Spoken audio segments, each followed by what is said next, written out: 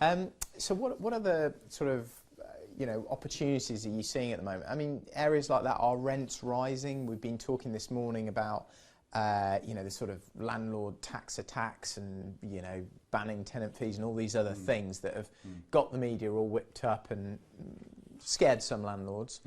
So there've been less buying and more selling. Have you seen rents rising in your areas? Yeah, I mean, it's a good question. I mean, I'm not an expert on my new goldmine area, but my perception is that rents have been rising. The one thing I have seen there, though, is that capital values are definitely rising. Yeah. Which is really counterintuitive, because you'd think with Brexit and everything that's happening at the moment, I don't know when people will be listening to this interview, but with Brexit and the uncertainties at the moment, you'd think that things would be fairly stodgy. But I think it's very patchy. There's some areas where people obviously just thought, well, to be honest, we just got to keep moving, keep moving on. Yeah. You sit on your hands forever. Yeah. Nothing's going to happen, and I think they're playing catch up, aren't they?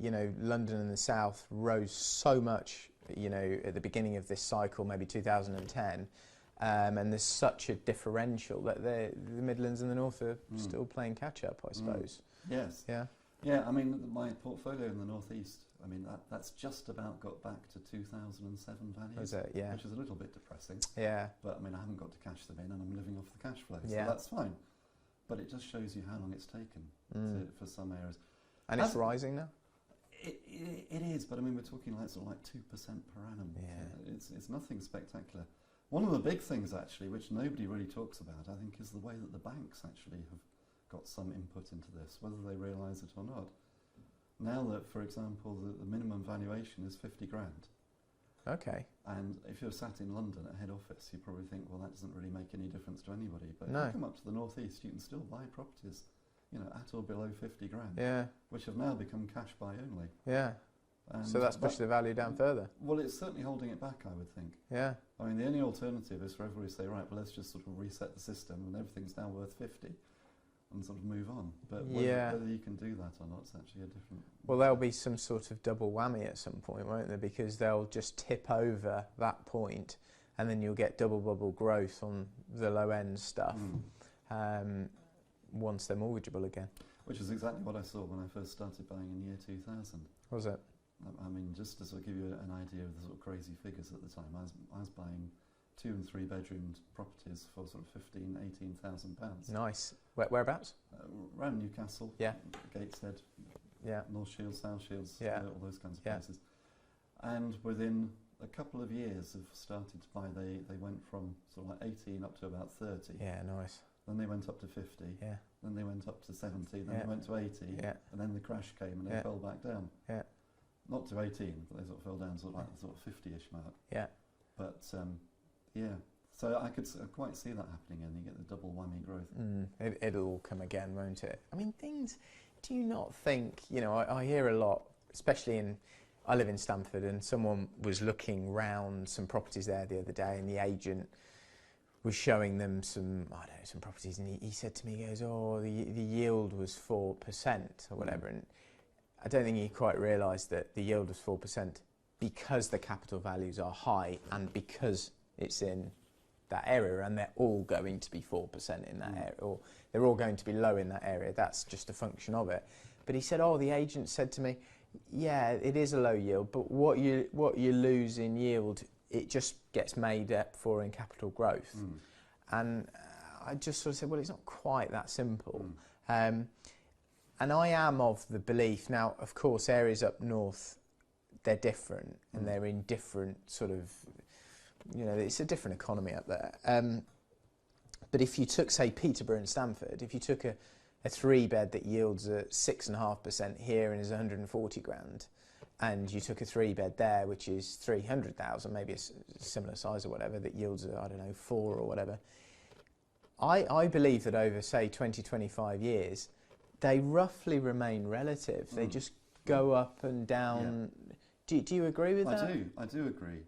They have to remain relative, don't they? Because it's sort of, if an area is no better or worse than, if it doesn't change over that 20-year period, if they don't become any better or worse, the same kind of people are living there, and affordability in lending is the same, you know, for both markets, why would they become disconnected? No, I agree. Just because it's an ugly area doesn't mean it goes up less. Less. Yes, no, I agree. I mean, there's a number of different things, aren't there? I mean, there will be sort of local changes because businesses come and go, new hospitals, schools are built, things shut down, things open. So there will be sort of, on a local area, some amount of dynamism. But in the sort of law of averages, you can't just say that the whole of the northeast never get capital growth, which is what people tell me. That's what I hear all the time, but it has to be it's a nonsense, because it would never go up, and prices would become so disconnected and so far away from what they are in London. Okay, all right, they are a lot less, that at some point they have to whoosh up. Well, they do. I mean, the two things which I think sort of really fuel that are firstly investors who are looking for yield. And what I saw in the year 2000 when I first started buying there was the number of investors who came piling in. Yeah. And it's the classic ripple effect. Yeah. Values ripple out from London and the values go up across the country. And it tends to be the northeast, you know, it's the furthest part away from London, it goes up last. And so you get investors chasing yield across the country. Eventually they have to pile into the northeast because the northwest, you know, Manchester, all those places have gone up and yields dropped. And so that's the last place where you can actually go and spend your cash and get an 8% yield. Yeah. So that happens. Towards the end of the cycle. Towards the end of the cycle. You know, Mayfair's at the front. If you've got a roller coaster, it's the front car. 2010, it starts growing first. Then maybe, you know, Chelsea, Kensington, whatever. You know, and then it's a bit further out, Croydon. Then, you know, Peterborough's sort of a bit further down here. And then, you know, those areas of maybe the northeast are here. And then maybe, I don't know, some areas of Scotland or Northern Ireland are back here. Yeah. And then Mayfair goes over the top in 2016. Yeah. But down here you've still got the northeast sort of going up. Exactly. And the ripple is still going up that way. Absolutely, as a great analogy, and that will carry on. And when I first started buying, I actually went through the exercise of trying to plot, you know, house prices on my spreadsheet, which I don't often do actually. I'm not really a spreadsheety person. But I did, to try and work out what the relative difference was between prices in London and the northeast, just to see where we were at. Yeah. And I was expecting a jump, because I was thinking, hang on a second, the difference at the moment is like London prices are like 3 times the prices in the northeast, but the long-term trend is 2.5. Yeah. Therefore, something's got to give. Either the northeast goes up or London drops. Yeah. Or maybe a combination of the two, but something's got to happen. But interestingly, and I make this argument all the time, and most of the time that I make this argument, people look back with blank faces, and I don't get much response. But clearly, we're of a similar sort of. We think in a similar way here. What's quite interesting is if you went and bought in the northeast at an 8% yield, yes, okay, the capital growth. If you look on Nationwide's house price index, because I've done that exercise that you just mentioned on Nationwide, yes, I think I found maybe the capital growth was about, I don't know, 2% less on average if you took it over a 50-year period than, say, I don't know, I think it was Kensington I compared it with. But if you got an 8% yield, you're almost guaranteed to make 4%, well, let's say in Kensington you're getting a 3% yield, you're almost guaranteed to make, let's say, 5% more than you would do in Kensington getting a 3% yield versus an 8% yield in the north. So capital growth has always got to be 5% more in the northeast, in Kensington, just to keep pace with that extra money you're receiving in terms of yield and income. So, okay, fine, in terms of scale and time, and you know, you can go and buy a big property in London and dump a load of cash, and maybe you've got to buy a lot more in the northeast and there's a lot more management time. But other than that, there is no argument, is there, to go with the lower yielding unit? I don't think so. I don't think so, particularly when you think about how you then finesse it anyway. I mean, obviously you could do this on both sides of the equation, but you're not even buying at an 8% yield. I mean, the tone of the area, to use a sort of old valuation term, might be 8%. But the reality is that you're probably going to go and do a good deal. You're going to buy a bargain property. You're going to buy one which you can refurb anyway. And you might be buying it at a notional gross yield of, I don't know, 12 or whatever it happens to be. So you've kind of made your capital growth anyway before you even stick the tenants in. Yeah, and that's the thing. We were talking earlier about people investing in property funds versus investing directly into property and controlling it, and how much better it is being able to go trade the market, buy something a bit cheaper, refurb it, force the capital growth, and therefore, because you put so much less in, you're going to be buying off a much greater yield anyway.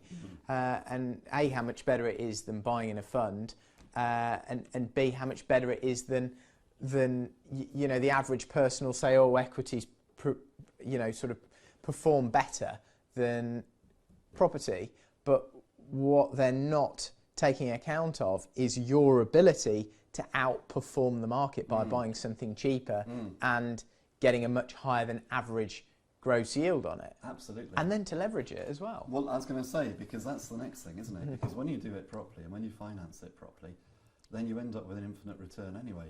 And for those who know my story, I mean, I started off, 25 years ago, being made redundant. And the very first thing which I did with Mrs. Jones's permission was that I took the equity out of our home, and that became the seed capital for my portfolio. And that is what started my portfolio. And I'm still buying. So we have this debate, at some stage you're going to run out of money. Well, you do. Who says that? You hear it said. Not Mrs. Jones, because you've schooled her. Exactly. Yeah. It's like Mrs. Homer. I used to get that from her, but now it's just not even a conversation. She just sort of, they realise after a while, don't they? Yeah. But in property here, people say it's inevitable at some stage. And you do hear that. You do temporarily. But I mean, I'm still buying, and I still see my buying as coming from that initial pot of money which I took out of the equity of my own home. The point being that equity became the deposits on my first properties. And so as far as I'm concerned, everything in my portfolio is free. Yeah, it's all been 100% bank finance. Yeah, it's just your time and your energy, isn't it? Yeah, which means as far as I'm concerned, it is all infinite returns. So I agree with you. You're not even making that 5% extra in Kensington. I mean, you just blow it away completely, because we're not talking about sort of fine margins and little tweaks here and there. We're talking about, is it an 8% return or an infinite return? Yeah. 5% return or an infinite return? Yeah. And if you can actually get the right finance in place, there's no comparison. There isn't. You're not comparing apples with apples. No. You're 20%. If you go and buy a property at average value, maybe do a little refurb on it, don't refinance it, I think you get 15-20% return on capital as a minimum, just from doing a plain vanilla buy-to-let, if you do it in the right way. But as soon as you start employing these techniques, you're very quickly at 30, 40, 50, hundreds, or as most people will sort of say, can't be true, infinite. Yeah, absolutely. Yeah. Which is why sometimes I get a little bit sort of, I wouldn't say snarky, but a little bit frustrated when people come up to me and they'll say something like, well, I'm thinking about refinancing one of my properties, but I've got a fixed rate mortgage on it, and if I refinance it now, I'll end up paying like an extra 2% on my mortgage. Yeah. And I'm thinking, get your money out. Yeah. Because if you can get your money out and you can get a 30 or 40% return on that money just with a basic vanilla buy-to-let, or depending on how you structure it, an infinite return, who cares? You're 38% ahead, aren't you? Well, exactly. Just do it. No, I'm going to wait 2 years until my mortgage runs out, and then I refinance it. No, do it now. Think about the bigger picture. Yeah. We get bogged down in the detail. We need to think about the bigger picture very often. Yeah, I think you're right. I think you're absolutely right. So just some sort of predictions and, what you think's going to happen in I know this is tough, and I often just. But where's the market going to be in a couple of years' time in terms of capital values and rental levels? Crikey, it's so hard, and I mean everybody who's listening appreciates how hard this is, because as we record this, Boris is asking for another election, which may or may not be just before Christmas. 12th of December. 12th of December. And that could affect everything. Now, as I think you said earlier, I wasn't going to get political, but you said it. You said it looks less likely that our friend JC is going to win. But it all depends. I think it all depends on who's going to be in government, because, I mean, let's face it, nobody at the moment is particularly pro-landlord, but some could be slightly less pro-landlord. Nothing nasty in the Queen's speech. Nothing nasty. But that might because of Brexit. I don't know. Well, they can always slip it in later, can't they? Yes. Without apology. Oh, can they? Well, they do, yeah. don't they? I mean, Yeah. They don't put absolutely everything in. No. Okay. Sometimes the minister just sits in his office on a Monday morning and thinks, "What shall I do today?" Do and that come one. Up with something. Yeah. Yeah. Yeah. So that can happen. But if things go the way that we're looking, I would imagine there's going to be some kind of post-Brexit bounce. One would imagine that if there is an election... It feels like it. There's got to be, because people have been sitting on their hands, notwithstanding what I've just said about it's patchy, but all the patches where people are sitting on their hands, you think there's got to be some kind of a bounce. It's just like the last recession, people sitting on their hands. I remember we came out and let's say, all right, London went berserk 2010 onwards. But, you know, out here, we didn't get it till maybe 2012 to 2013, but it really started motoring. There are all these people I'm hearing continuously, you know, Asians, you know, people from the Middle East, maybe, you know, some Americans, quite a few Europeans. They're not in sterling. They're either, you know, they've either got their savings in euro or, you know, maybe, you know, Chinese renminbi or, I don't know, maybe you'd have some in the Middle East in some other currencies, and you know, say you've got somebody, I don't know, an investor with dirham, and they're then converting that into sterling.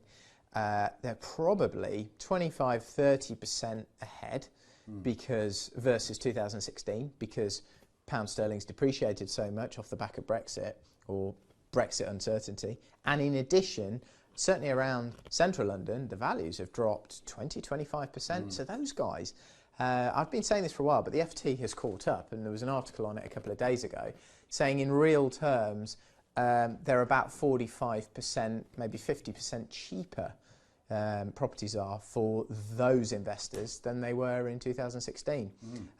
But, you know, I'd say the clever ones are probably coming in now, but clearly the market hasn't lifted that much, so there aren't that many of them. Most of them will pile back in when the certainty and the newspapers tell them it's all safe and time to do it. So clearly there's going to be a bounce, isn't there? But when's the end of Brexit? I mean, well, exactly, and it all depends on whether there's an election, and are the opposition going to agree with Boris that there should be an election? I mean, it seems to be a sort of a bit of a political game where they could keep him in limbo for the next few months.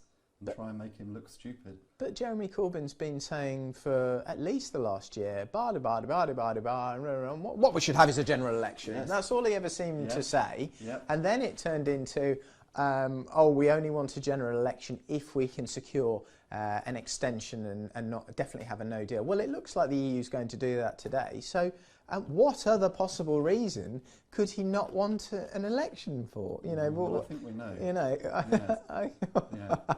The polls aren't going very well for him, are they? Which is interesting, given the difficulty that you know the Conservatives are having with Brexit. You'd imagine they'd be mashed. You would have thought so, you would have thought so, but actually it doesn't seem to be working that way. No, I think it's his McDonald's ineptitude, which is clearly great, unless he becomes Prime Minister, and then it's really going to. It's going to cause us all a lot of problems, I think. Well, it could yes. I mean, it's going to probably depress values, and we'll get some cheap stock. But we're going to have to, you know, I don't know, use the jib to move the sail a little bit again and change tack. Absolutely. Well, I mean, that's one of the things which I love about being part of this community is the fact that there's so many clever people like yourself who will be able to give us some guidance as to how we actually do that. I mean, this is part of the reason why I'm actually looking at doing developing now. On the basis that I'm not going to get rid of my portfolio, but the way the political winds are blowing, people who can provide affordable housing are probably going to be more popular than parasitic landlords. Yes, well, I've got a couple of friends who are now building affordable houses for housing associations. Seem to be doing quite well, and obviously JC and his pals say they're going to support that, but I don't know whether that means they're not going to get the private sector to do it, and they're going to. Well, what they'll probably do is throw a load of public money at, I don't know, quasi-public institutions and expect them to do it. They won't do it. Loads of money will be wasted, and then they'll be back to the private sector, I presume. which could be quite good for you. Well, it could be. But it might take a little while for that process to actually unravel, though, before they realise they need That's the us. problem, isn't it? That is the problem. It's a bit like this landlord stuff now. Rents are rising. Well, they were told rents were going to rise significantly when they started all this. I suspect rents are going to have to get to a reasonably elevated level before somebody says enough. Fine, they can try rent control. Then there'll be even less landlords, and the quality of properties will deteriorate even more. At some point, someone will have to say, well, this is madness, and we're going to have to reintroduce some free market economic thinking into this. And well, that's why everything's a cycle, isn't it? I mean, Yeah. I hate to confess this because it makes me feel really old, but as a young surveyor, one of the very first jobs which I used to do in the early 80s was going down to see the rent officer to actually work out what the rent should be on the local rented houses when I was working up in Wimbledon. this is way before my time, but we can learn things from people And like it was you a that were nightmare. there. And as you say, there was hardly any private rental stock Because of that. Because of that, Yeah. and the rent officer had a card system. You can go and look at the sort of 4x6 cards in the drawer to find out what rents had been given on particular properties. It's the old comparable basis. So if it's like forget what the rents would be, because it's going back to the early 80s when we were talking about shillings. Fine. So he'd just look at equivalent houses, Yeah. look at what rent had been achieved in the private market. Or awarded. Awarded. Or But I awarded mean, by that's the rent just, officer. that's sort of, it's, I mean, clearly the whole comparable thing is a little bit, because if everything's just based on comparables, how can anything ever rise? But with that's even worse, because that's just some notional, I'm going to award X, this property X rent, and therefore it's not based on a market or on what somebody's prepared to pay. So it could be artificially inflated or depressed according to that individual's whims. And how can rents ever rise or fall? Well, that was a difficulty. I mean, there obviously would have been open market lettings, but the point was that, I mean, because of security of tenure, hardly anybody ever moved anyway, which meant there were very few open market lettings to actually use as evidence. Because there were protected tenancies. Because of protected tenancies. Meant most of the evidence was just whatever came out the rent officer's head. Yeah, so then you end up with a really stodgy market. The labour market isn't able to move around the country in response to what business, and the jobs market is requiring, and the economy suffers. Jobs suffer, wages suffer. Are we going back there? I hope not. I hope not. I mean, you'd think that we'd learn from history, but we don't, do we? Well, Jeremy's not interested in all that, is he? I think it's a different agenda. Ideology. Yeah. There we go. But in every problem, there's an opportunity. Absolutely. I mean, the guys that used to buy those protected tenancies and then turn it into something that wasn't any longer protected, they did rather well, didn't they? They did, because the discount against the notional value was 50% often? Yeah, easily. Because you'd never expect to get vacant possession, though, that was why. But if you did get vacant possession for whatever reason... Give them some money. Potentially. Yeah. Then, obviously, yes, quits in. Yeah. But I think, all in all, things are better the way they are now, and hopefully the politicians will take a step back away from the ideology and think, actually, there's 2 or 3 million people now living in rented accommodation. For a reason. Do we really want them out on the because street? they quite a lot of them actually want that tenure, because they maybe want the flexibility of being footloose or more footloose. Okay, so Peter, thank you. I appreciate you coming out with some more ideas in terms of what you're doing currently and also the predictions. I hate the prediction stuff, and with the Brexit thing, I often just don't answer it because I just think I can't provide anything of value. But you certainly went down that road, and I appreciate it. So thank you. How can people learn more about you or get in contact with you? Yeah, well, first of all, obviously come to Progressive, and I do the 4-day masterclass, which is a great course to give you all the foundational knowledge you need to get into property. So that's www.progressiveproperty.co.uk. Yeah. Yeah, so come and see us on the masterclass. If you want to learn a little bit more about me as an individual, you can come to my website, which is thepropertyteacher.co.uk. where you'll find my blog and loads of videos and some free resources and some which you have to pay for, all sorts of stuff there. But come and see me at The Property Teacher. Oh, and you'll find me on YouTube as well, of course, and Facebook, under The Property Teacher. Peter, thank you very much. I've certainly gained a good chunk of knowledge from this interview, and I hope our listeners have too. Well, thank you very much for having me. It's been a pleasure.